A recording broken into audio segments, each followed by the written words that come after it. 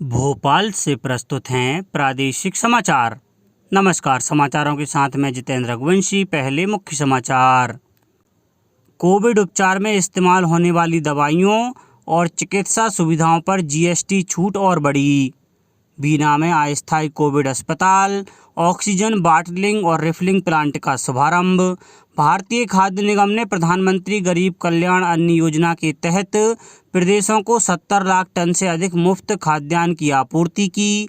और योग को बढ़ावा देने के लिए नमस्ते योग नाम से मोबाइल ऐप की शुरुआत। अब समाचार विस्तार से। वस्तु और सेवा कर परिषद ने कल मंत्री समूह की ओर से कोविड उपचार में इस्तेमाल होने वाली दवाइयों और चिकित्सा सुविधाओं पर छूट की सिफारिशों को बड़े पैमाने पर स्वीकार कर लिया है। जीएसटी परिषद ने इन सभी छूट को इस वर्ष सितंबर तक के लिए बढ़ा दिया है। नई दिल्ली में संवाददाताओं से बातचीत में वित्त मंत्री निर्मला सीतारमण ने बताया कि एंटी फंगल दवाई एम्फोटेरिसिन बी और एंटीवायरल दवाई टोसिलिजुमेब को अब जीएसटी के दायरे से बाहर कर दिया गया है। श्रीमती सीतारमण ने बताया कि लोगों को राहत देने के लिए जीएसटी परिषद मेडिकल ग्रेड ऑक्सीजन, ऑक्सीजन बनाने वाले उपकरण और इससे संबंधित चिकित्सा सुविधाओं पर जीएसटी दर 12% से घटाकर 5% कर दी गई है। अंतर्राष्ट्रीय मुद्रा कोष IMF ने टीकाकरण की सुविधा प्रदान करने और कोविड महामारी से निपटने के लिए आवश्यक दवाओं के उत्पादन में तेजी लाने की भारत सरकार की घोषणा का स्वागत किया है। प्रधानमंत्री नरेंद्र मोदी ने सोमवार को घोषणा की थी कि केंद्र सरकार 21 जून से 18 वर्ष से अधिक आयु के लोगों का टीकाकरण करने के लिए सभी राज्यों को मुफ्त वैक्सीन उपलब्ध कराएगी। प्रधानमंत्री ने कहा कि आने वाले दिनों में देश में कोविड महामारी का मुकाबला करने के लिए टीकों की आपूर्ति में उल्लेखनीय वृद्धि की जाएगी। केंद्रीय पेट्रोलियम मंत्री धर्मेंद्र प्रधान और मुख्यमंत्री शिवराज सिंह चौहान ने कल सागर जिले के बीना में अस्थायी कोविड अस्पताल और ऑक्सीजन बॉटलिंग और रिफिलिंग प्लांट का शुभारंभ किया। सीहोर जिले के बुधनी में भी ऑक्सीजन युक्त 300 बेड के कोविड केयर सेंटर का शुभारंभ भी कल ही किया गया। इस मौके पर वैक्सीनेशन सेंटर की शुरुआत भी की। इस अवसर पर श्री प्रधान ने कहा कि कोविड संक्रमण को मध्य प्रदेश ने जिस तेजी से पकड़ा, संभाला और जिम्मेदारी भी ली, इससे मध्य प्रदेश ने देश को एक नया मॉडल दिया है। उन्होंने कहा कि भारत में जून के अंत तक 1 करोड़ टीके बन जाएंगे। मुख्यमंत्री ने कहा कि हमने सावधानी के तौर पर ये कोविड सेंटर की व्यवस्था की है, इसे हम ज़रूरत पर और बढ़ा लेंगे। उन्होंने कहा कि जितनी सावधानी तीसरी लहर के लिए बरतनी चाहिए, उतनी सावधानी बरत रहे हैं। जनता से अपील है कि अभी भी सावधान रहना है। मुख्यमंत्री श्री चौहान ने लोगों से कहा कि टीकाकरण के लिए आगे आएं, क्योंकि वैक्सीन लग गई तो कोविड होगा भी तो आसानी से उसका मुकाबला कर लेंगे। नीति आयोग के स्वास्थ्य मामलों के सदस्य डॉक्टर BK पॉल ने कहा है कि कोरोना वैक्सीन की 2 डोज के बीच के अंतराल में तुरंत कोई बदलाव करने की आवश्यकता नहीं है। कोविशील्ड के 2 टीकों के बीच के अंतराल को कम करने के बारे में पूछे जाने पर नई दिल्ली में उन्होंने कहा कि सभी निर्णय सावधानीपूर्वक लिए जाने चाहिए। डॉक्टर पॉल ने कहा कि प्रतिरोधी क्षमता संवर्धन संबंधी राष्ट्रीय तकनीकी सलाहकार समूह के निर्णय का सम्मान किया जाना चाहिए। रायसेन जिले के बरेली के टिसुआ गांव के सॉफ्टवेयर इंजीनियर बेदार हसन ने 27 लाख पैकेज छोड़कर 2013 में अपने गांव का रुख कर लिया। यहां 5 साल व्यापार किया पर मनचाही सफलता नहीं मिली, तो आखिर 2018-19 में उन्होंने अपने 7 एकड़ खेत में मछली पालन के लिए 4 और जल संरक्षण के लिए 1 तालाब खुदवाया। चारों तालाबों में इंडियन मेजर कॉर्प व पंगेसियस मछलियों का पालन करते हैं। अब उनकी मछलियों की आपूर्ति हरदोई, लखनऊ और दिल्ली तक है। इस काम से उन्हें प्रतिवर्ष 15 से 18 लाख रुपए की आय हो रही है।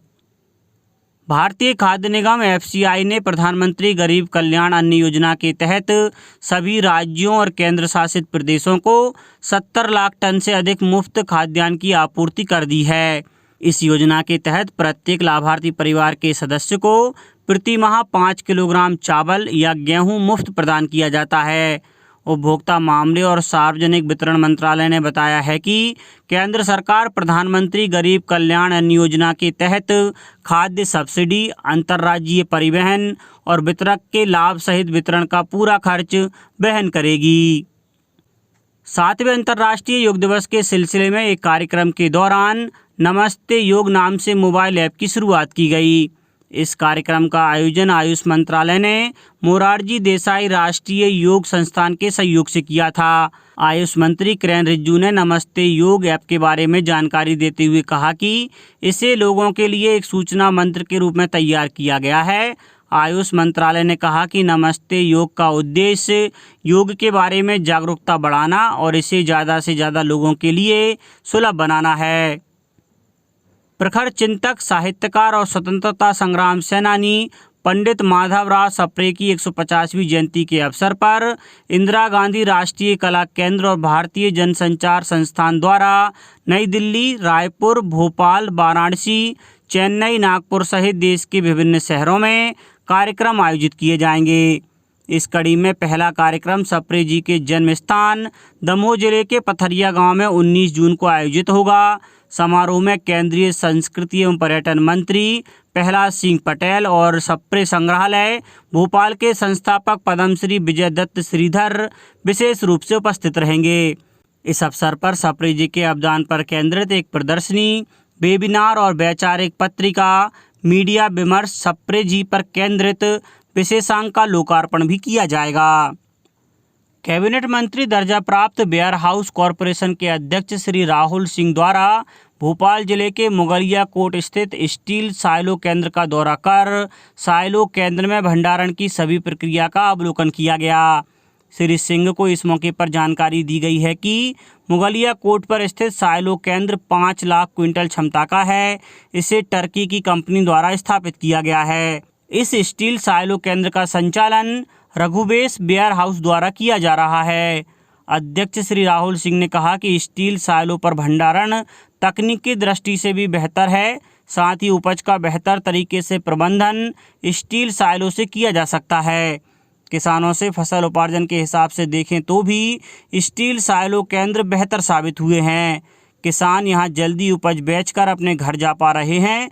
श्री सिंह ने बताया कि वर्तमान में प्रदेश में लगभग 5 लाख मैट्रिक टन क्षमता के स्टील साइलो निर्मित हैं। इन्हें बढ़ाकर 10 लाख करने पर शासन स्तर से विचार किया जा रहा है। मध्य प्रदेश में निवेशकों के लिए बेहतर माहौल होने के कारण बहुत से निवेशक मध्य प्रदेश में स्टील साइलो निर्माण के लिए आगे आ रहे हैं। अब कुछ समाचार खेल जगत से। पहलवान विनेश फोगाट ने महिलाओं की 53 किलोग्राम की फ्री स्टाइल भार वर्ग में यूक्रेन की क्रिस्टीना बेरेजा को हराकर पोलैंड में वारसा रैंकिंग श्रृंखला प्रतियोगिता का स्वर्ण जीत लिया है। इससे 23 जुलाई से शुरू हो रहे ओलंपिक में भी उनकी रैंकिंग में सुधार होने की संभावना है।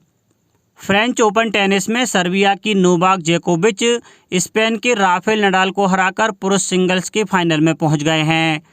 आज फाइनल में उनका मुकाबला ग्रीस के स्टेफानोस सिपास से होगा। अब बात मौसम की। प्रदेश में लगातार मौसम में बदलाव देखने को मिल रहा है। बता दें कि मध्य प्रदेश में मानसून की दस्तक हो चुकी है। मौसम विभाग ने बताया कि प्रदेश में तय समय से पहले ही मानसून पहुंच चुका है। इस कारण मध्य प्रदेश में बारिश जारी है। दक्षिणी पश्चिमी मानसून का असर बैतूल, छिंदवाड़ा, बालाघाट इत्यादि क्षेत्रों में देखने को मिला। यहां तेज बारिश देखने को मिली है। वहीं मौसम विभाग ने राजधानी भोपाल समेत कई जिलों में तेज बारिश की संभावना जताई है। बताते चलें कि मानसून के सक्रिय होने से राजधानी भोपाल, जबलपुर, होशंगाबाद, सागर संभाग के जिलों में अच्छी बरसात का सिलसिला शुरू हो गया है। इसी क्रम में पिछले 24 घंटों के दौरान पचमढ़ी, रायसेन, भोपाल, नौगांव, होशंगाबाद, दमोह, बैतूल, भोपाल सिटी, खजुराहो, सागर, मलाजखंड, मंडला, जबलपुर, गुना में बारिश हुई। मध्य प्रदेश के कई जिलों में फिर भारी बारिश की संभावना जताई है। मध्य प्रदेश के 11 जिलों में ऑरेंज और 23 में येलो अलर्ट जारी है। बता दें कि मध्य प्रदेश के सिवनी, मंडला, बालाघाट, अनूपपुर, सागर, सीहोर, होशंगाबाद, बैतूल, सिंगापुर, देवास, छिंदवाड़ा में ऑरेंज अलर्ट जारी है। वहीं इंदौर, ग्वालियर, रीवा, चंबल संभाग के जिले शहडोल, उमरिया, छतरपुर, विदिशा, रायसेन, डिंडोरी, कटनी, जबलपुर, पन्ना, दमोह, टीकमगढ़, भोपाल, राजगढ़, हरदा, रतलाम, उज्जैन, शाजापुर, आगरमालवा, नीमच, मंदसौर जिलों में मौसम विभाग ने येलो अलर्ट जारी किया है। अब कुछ समाचार संक्षेप में। चाइल्ड लाइन टीम और बाल श्रम विभाग द्वारा बाल श्रम निषेध दिवस के अवसर पर निवाड़ी शहर में लोगों को बाल श्रम निषेध के बारे में जानकारी दी गई। राजस्व विभाग की रिपोर्ट के अनुसार मई माह में छिंदवाड़ा जिला राजस्व मामलों के निराकरण में प्रदेश में अव्वल है। खंडवा में योग से निरोग कार्यक्रम के अंतर्गत 5 योग प्रशिक्षक होम आइसोलेटेड रोगियों के साथ साथ कोविड संक्रमण से ठीक हो चुके रोगियों को भी वर्चुअल योगाभ्यास कराएंगे। मंदसौर जिला अस्पताल में करीब 50 लाख की लागत से RT-PCR लैब अंतिम परीक्षण के दौर में है। उम्मीद है कि अगले हफ्ते में लोगों को यह सुविधा मिलने लगेगी। शहडोल जिले में अब तक 31% वैक्सीनेशन हो चुका है। नीमच जिला मुख्यालय पर सभी व्यापारियों, सब्जी फल विक्रेता, उच्च जोखिम में कार्य करने वाले लोगों की लगातार कोविड जांच के सैंपल लिए जा रहे हैं। गुना में जिला विधिक सेवा प्राधिकरण द्वारा वर्चुअल रूप से मध्यस्थता जागरूकता शिविर का आयोजन किया गया और छिंदवाड़ा में कोरोना के 4 मरीज, जबकि आगरमालवा और अशोकनगर में 3 संक्रमित मरीज मिले हैं। अंत में मुख्य समाचार एक बार फिर। कोविड उपचार में इस्तेमाल होने वाली दवाइयों और चिकित्सा सुविधाओं पर GST छूट और बढ़ी। बीना में अस्थायी कोविड अस्पताल, ऑक्सीजन बॉटलिंग और रिफिलिंग प्लांट का शुभारंभ। भारतीय खाद्य निगम ने प्रधानमंत्री गरीब कल्याण अन्न योजना के तहत प्रदेशों को 70 लाख टन से अधिक मुफ्त खाद्यान्न की आपूर्ति की। और योग को बढ़ावा देने के लिए नमस्ते योग नाम से मोबाइल ऐप की शुरुआत।